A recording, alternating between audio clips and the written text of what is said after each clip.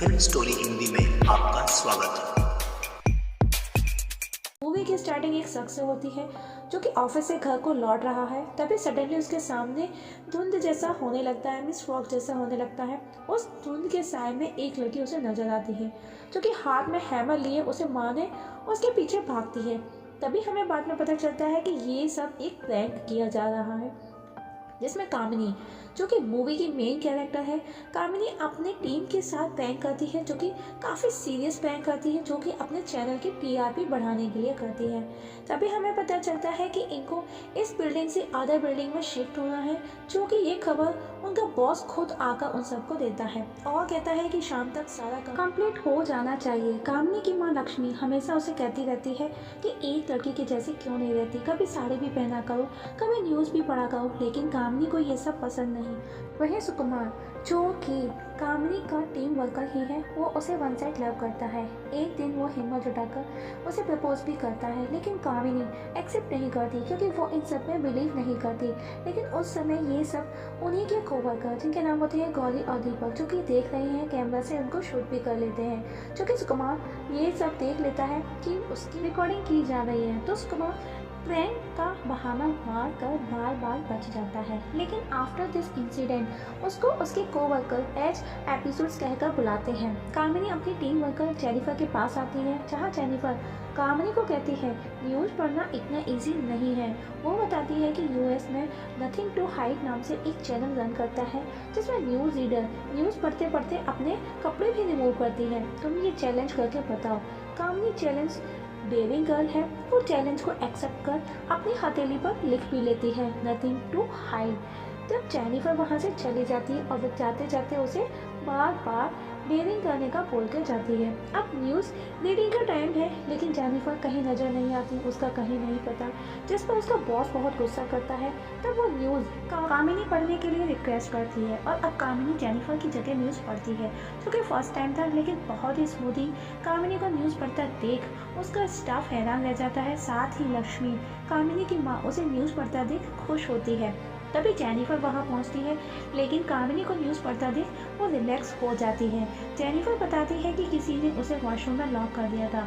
After office सभी बाहर खड़े हैं, अपने ऑफिस को देख रहे हैं, क्योंकि आज शाम को वो न्यू बिल्डिंग में शिफ्ट हो जाएंगे। तो सभी डिसाइड करते हैं कि वो आज रात अपने पुराने ऑफिस में पार्टी करेंगे और आज कामिनी का बर्थडे भी है। तब वो सब पार्टी करते हैं और उसी दौरान लक्ष्मी मीन्स कामिनी की माँ का कॉल आता है, जिस पर कामिनी कहती है कि वो सुबह तक आ जाएगी। तब लक्ष्मी उस पर गुस्सा करती है।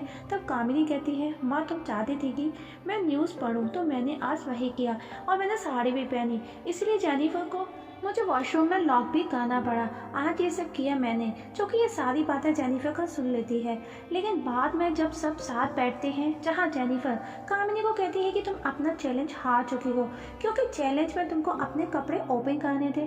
कामिनी ओह ऐसा है तो ये लो। कामिनी वहीं सबके सामने खड़ी होकर अपने कपड़े रिमूव करने लगती है, जिस पर सुकुमार उसे रोकता है। तभी जेनिफर और कामिनी के बीच में झगड़ा हो जाता है और वहाँ मौजूद सभी लोगों को उसी दौरान एक हेल्यूजन होता है, जैसे कि मानो सब हवा में है।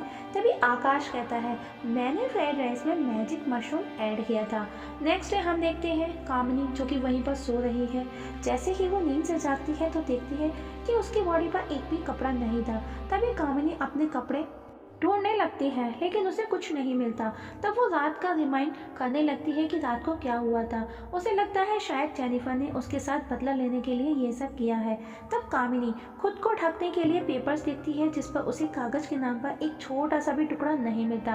तब कामिनी एक खिड़की के टूटे ग्लास से खुद को कवर कर टेरेस पर जाती है कि शायद वहाँ उसके कपड़े उसे मिल जाए। तभी हम देखते हैं कि उसी बिल्डिंग के ठीक सामने एक बिल्डिंग है, जहाँ एक एम्प्लॉय ये सब अपने मोबाइल से शूट करता है। उसे श्योर है कि वहाँ टेरेस पर कोई है। तभी कामिनी के हाथ से वो ग्लास का टुकड़ा छूट जाता है और वो टूट जाता है। इसके बाद वो एक वॉल ओपन करती है जहाँ उसे पीने का पानी मिलता है। तभी वो एम्प्लॉय बिल्डिंग के अंदर आता है कि टेरेस पर कौन था। कामिनी किसी के आने की आवाज़ सुनकर ऑफिस के अंदर आकर डोर लॉक कर लेती है। वो आदमी उस डोर को ओपन करने की कोशिश करता है, तभी उसको कॉल आता है और वहाँ से वो चला जाता है। कुछ देर बाद कामिनी का भी रिंग होता है, जिसकी आवाज़ सुन कामिनी सेल को ढूंढती है और उसे अंडर टेबल वो मिल भी जाता है, जो कि उसकी माँ का कॉल था। वो उसको कट कर अपने एक दोस्त को कॉल करती है, लेकिन वो देखती है कि उसके मोबाइल में बैलेंस ही नहीं है। तब कामिनी कस्टमर केयर पर कॉल करती है, जहाँ एक लेडी उसका कॉल रिसीव करती है, जहाँ कामिनी उससे हेल्प मांगती है अपना फ़ोन रिचार्ज करने का। वो कहती है, मैं एक मुसीबत में फंसी हुई हूँ, so please recharge my number. लेकिन वो लेडी उसे कहती है, मैडम अगर आपको रिचार्ज करवाना है तो किसी भी नज़दीकी सेंटर पर जाकर करवा लीजिए। उधर कामिनी की माँ भी बहुत परेशान है कामिनी को लेकर। तभी कामिनी को वहाँ एक फूड डिलीवरी का पैम्पलेट दिखाई देता है, तो वो उस पैम्पलेट पर छपे हुए नंबर पर कॉल करती है, जहाँ पर फूड ऑर्डर करती है और साथ में ये भी कहती है, अगर आपके यहाँ डिलीवरी कर अवेलेबल है तो प्लीज़ भेज दें। लेकिन वहाँ कोई गर्ल डिलीवर नहीं करती और अब कामिनी अपने सेफ्टी पर्पस अपने पास एक लोहे की छड़ रखती है। तभी वहाँ डिलीवरी बॉय आता है। कामिनी जैसे ही डोर ओपन करती है तो देखती है कि किसी ने उसे मारा है, जिसे देख कामिनी डर जाती है। कामिनी जब बाहर देखती है तो उसे वहाँ कोई नजर नहीं आता। कामिनी उस डिलीवरी बॉय को देखती है पलट करके, तो वो बॉय नहीं गर्ल थी। कुछ देर बाद उस बिल्डिंग में दो लड़के भी आते हैं, जो कि पुरानी बिल्डिंग के सामान चुरा कर बेचना उनका प्रोफेशन था। वहीं कामिनी उस डिलीवरी गर्ल के कपड़े निकालती है तो वो लड़की होश में आ जाती है, जिसे देख कामिनी उसे डंडे से मारकर वापस से बेहोश कर देती है। तभी उन दोनों लड़कों की नज़र उस डिलीवरी गर्ल पर पड़ती है। उनको लगता है कि इसका किसी ने मर्डर किया है, जबकि वो बेहोश थी। तब कामिनी उन दोनों लड़कों को देखती है तो वो छिप जाती है। लड़के पुलिस को कॉल कर वहाँ बुलाते हैं। पुलिस के साथ साथ मीडिया भी वहाँ पहुँचती है। पुलिस पूरी बिल्डिंग की छानबीन करती है। कामिनी बड़ी ही मुश्किल से खुद को बचाने में जुट जाती है। तभी एम्बुलेंस आती है और डिलीवर गर्ल को हॉस्पिटल ले जाया जाता है। और उसी रात जब कामिनी बाहर आने की कोशिश करती है तो उसे दो इंस्पेक्टर दिखाई देते हैं। वो सोचती है कि वो उनसे हेल्प मांगेगी। तभी उन दोनों में से एक इंस्पेक्टर वॉशरूम जाता है, जहाँ पर वो इंस्पेक्टर पॉर्न वीडियो देखता है, जो कि कामिनी देख लेती है और अब वो अपना मूड चेंज कर लेती है।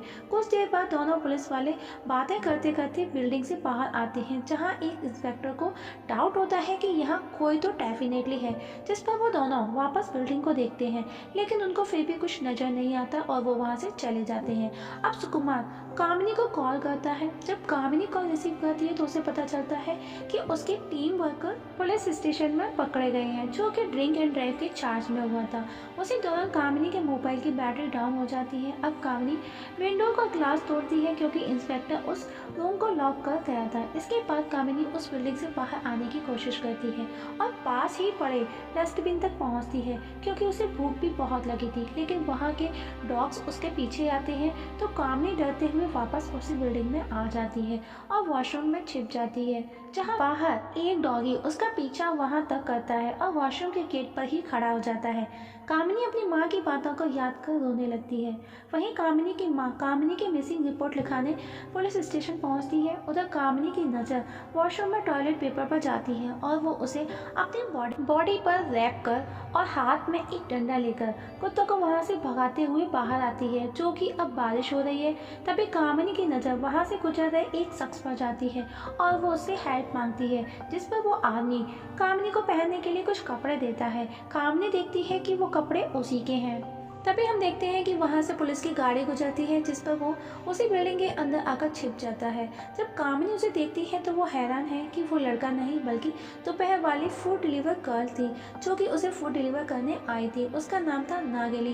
जहाँ कामिनी नागेली को मारते हुए पूछती है, तुमने ये सब क्यों किया? मैंने क्या किया था जो तुमने ये सब किया? इसके बाद मूवी में नागेली की स्टोरी दिखाई जाती है दोस्तों, जिसे पढ़ने का बहुत शौक है, जो कि गाँव से शहर एग्ज़ाम देने आती है, जो कि आज उसका लास्ट एग्जाम है। इसके बाद उसे जॉब मिल जाएगी। जब नागेली रास्ते में होती है उसी दौरान उसे कामिनी और लूट नजर आती है, जिसकी हालत खराब होने पर नागेली लोगों से कामिनी के लिए हेल्प मांगती है, जो कि प्री प्लान प्रैंक था, जहां पर उसकी टीम वर्कर भी मौजूद थे। प्रैंक कंप्लीट होने के बाद नागेली बहुत होती है, जिस पर कामिनी उसे समझाती है कि ये एक मजाक था, जिस पर नागेली उसे बताती है कि आज मेरा लास्ट एग्जाम था, जो कि तुम्हारी वजह से आज मिस हो गया, जिसके लिए मुझे एक साल और वेट करना पड़ेगा। मुझे इन सब का गुस्सा बिल्कुल भी नहीं है, लेकिन एक दिन मेरे साथ बहुत गलत इंसिडेंट हुआ। जब मैं अपनी माँ के साथ कहीं जा रही थी तब माँ बेहोश होकर ऑन रोड गिर गई थी। मैंने जब वहीं मौजूद लोगों से हेल्प मांगी तो सबने ये कहकर मना कर दिया कि ये एक प्रैंक है। इस बात से नागेली को शौक लगा था। आजकल ट्रस्ट करना बहुत मुश्किल है कि क्या सही है, क्या गलत है, क्या सच है। तब नागेली कहती है प्रैंक अपने जानकार लोगों के साथ करना है, जो कि मजाक है, और अनजान लोगों के साथ प्रैंक मतलब टॉर्चर करना। एक समय ऐसा था जब हम लड़कियों को खुद को ढकने के लिए लड़ना पड़ता था, लेकिन आजकल की लड़कियां खुद को दिखाने के लिए लड़ रही हैं। इसीलिए नागेली एक डिलीवरी गर्ल का जॉब करती है और उसे फॉलो करती है और मौका देख कामनी को सबक सिखाती है और कहती है कि जैसा तुमने मेरे साथ में प्रैंक किया, ठीक वैसा मैंने भी तुम्हारे साथ में प्रैंक किया। इसके बाद कामिनी प्रैंक शो के बदले स्टिंग ऑपरेशन करती है और नागेली वापस से एग्जाम की तैयारी करने में जुट जाती है। और दोस्तों, इस जगह मूवी खत्म हो जाती है। दोस्तों, आप लोगों से एक छोटी सी रिक्वेस्ट है, अगर आप इस चैनल पर नए हैं तो प्लीज़ सब्सक्राइब करना ना भूलिएगा।